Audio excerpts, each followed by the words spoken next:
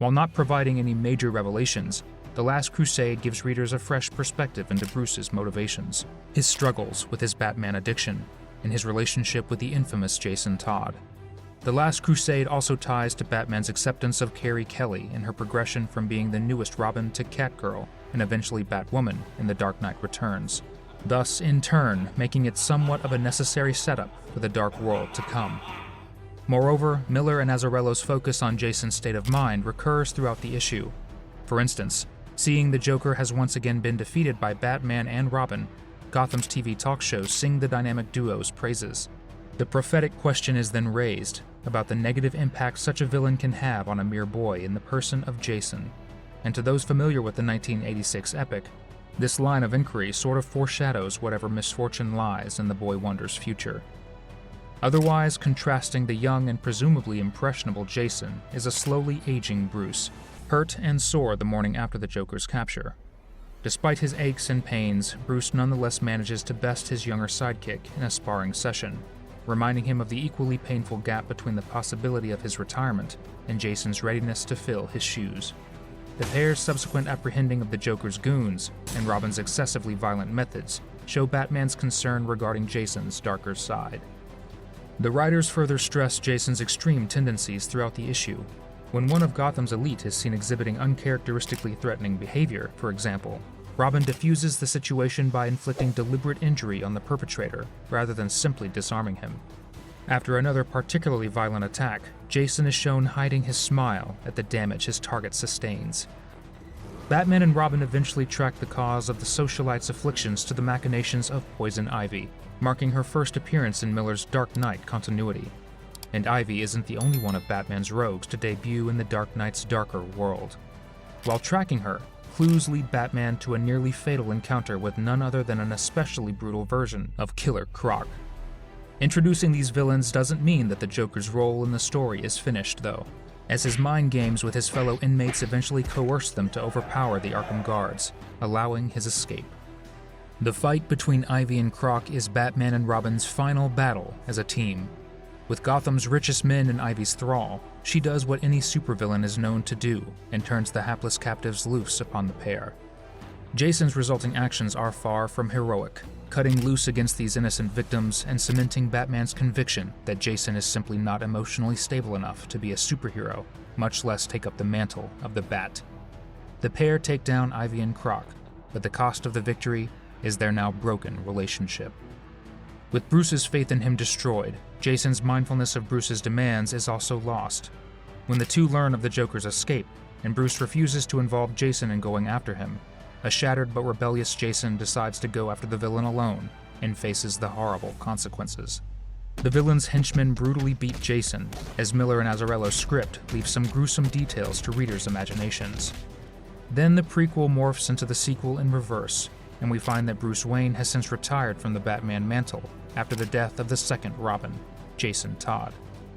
10 years have passed, during which Gotham City is overwhelmed by crime and new gangs, and so Bruce is compelled to reassume the mantle of Batman. He subsequently encounters some gang members of the Mutant clan in the alley where his parents were murdered.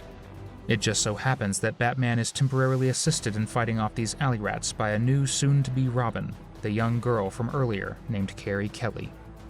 But first we must say by way of a disclaimer that there was in fact a 4-part series that somewhat bridged the gap between the Last Crusade prequel from 2016 and the original DKR installment from 1986. This so-called series was titled A Death in the Family, released in 1988, and it has an interesting twist as to how Jason Todd actually died. In essence, Jason Todd didn't die from being clobbered by Joker's henchmen. However, his supposed death was even more epic. Suffice it to say, this separate story is full of controversy for a few reasons. At the conclusion of its run, the creators of Batman comics and the readers did a kind of test. They let the readers decide what happens to Robin in the end, and so the readers chose for Robin to die. At the time, it was a big deal, because Robin was an important character in the DC comics. The voting advert essentially said that Robin will die because the Joker wants revenge, but the readers could stop it. There were 2 numbers, one where Robin lives because the Joker fails, and another where Robin dies because the Joker succeeds. People could vote by calling these numbers. On their part, the DC Comics stables already had 2 versions of the next comic issue ready, depending on the votes. Apparently, those who wanted Robin dead won the day. In one instance, it seemed like one person must have voted more than 100 times to make Robin die. Whatever the case, the death in the family story goes like this. Things got really rough for Jason Todd and Batman because Jason took huge risks fighting criminals, almost like he didn't care if he got hurt. Because of this, Batman thought it would be best if Jason stopped being Robin for a while to heal from his parents' death.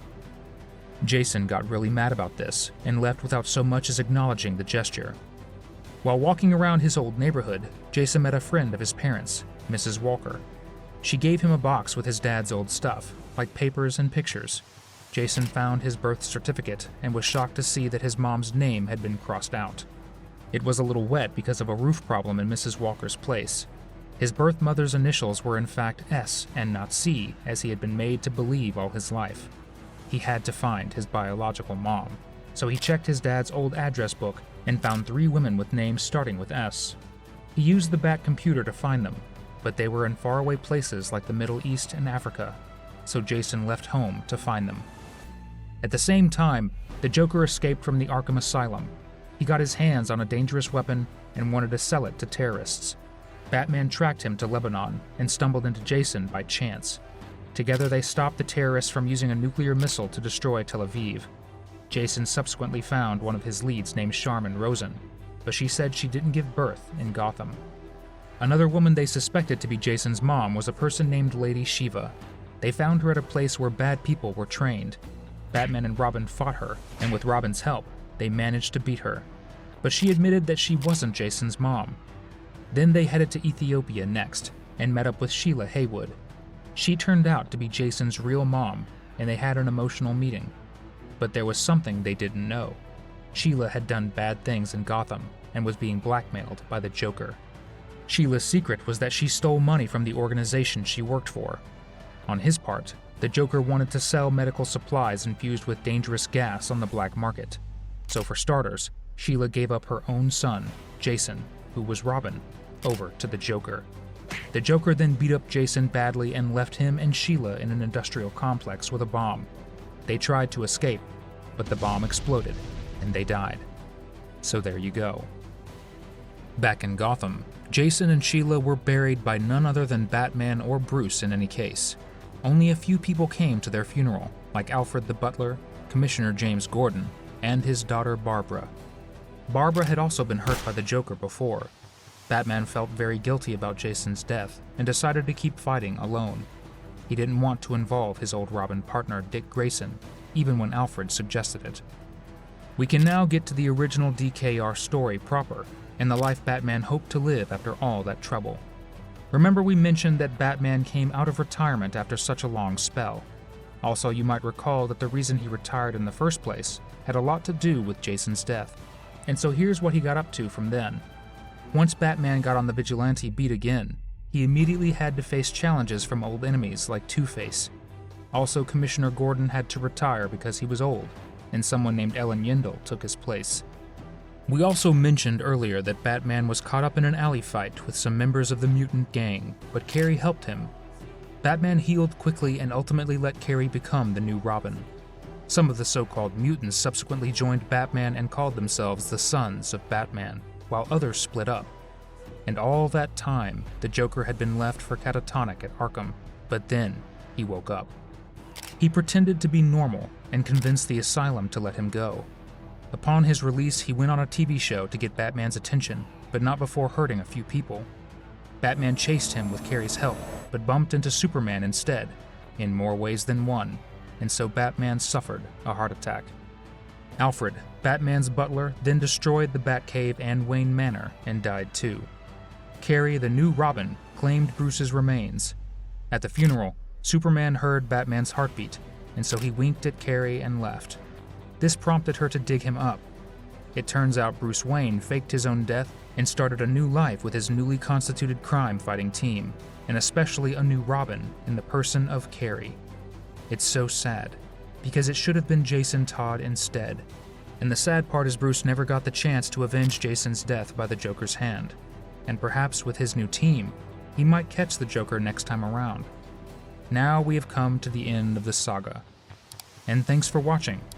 Hope to see you again soon.